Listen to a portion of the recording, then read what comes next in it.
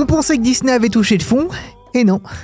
Il creuse encore. J'attendais avec beaucoup d'appréhension et une certaine impatience le remake de Lilo et Stitch, d'abord parce que, comme beaucoup, le film d'animation fait partie de mes Disney préférés, et puis parce que c'est signé par Dean Fleischer-Camp qui avait réalisé le déchirant Marcel, le coquillage avec ses chaussures. Donc on pouvait s'attendre peut-être aux erreurs habituelles des remakes Disney, mais j'espérais retrouver le rythme de son premier long métrage, cette douceur, cette subtilité, cette fragilité, et non, on ne retrouve rien de ce qui faisait le charme de son premier long métrage. On est sur un film comme d'habitude aseptisé, visuellement très rarement réjouissant, incapable d'installer une émotion plus de 5 secondes, bref, comme d'habitude. Le film fait tout de même quelques choix pour ne pas copier à 100% le film d'animation original, mais c'est rarement pour le bien du film. Je pense particulièrement au personnage de la voisine, un peu trop présente auprès des personnages qui sont censés être livrés à elle-même. Je pense à la présentation du personnage de Lilo, beaucoup moins claire dans cette adaptation. On ne comprend pas du tout pourquoi elle est rejetée de cette manière. Et en plus de ça, c'est pas très bien joué, et ça concerne aussi bien les rôles principaux que les rôles secondaires. Par contre, l'animation du personnage de Stitch est particulièrement réussie, ce qui nous fait une belle jambe pour un remake en prise de vue réelle. Bref, c'est un film qui livre le service minimum, qui n'a rien à dire de plus, à l'inverse du remake de Aladdin par exemple, qui avait au moins cette qualité. C'est un film qui n'a aucune identité, qui n'est ni drôle,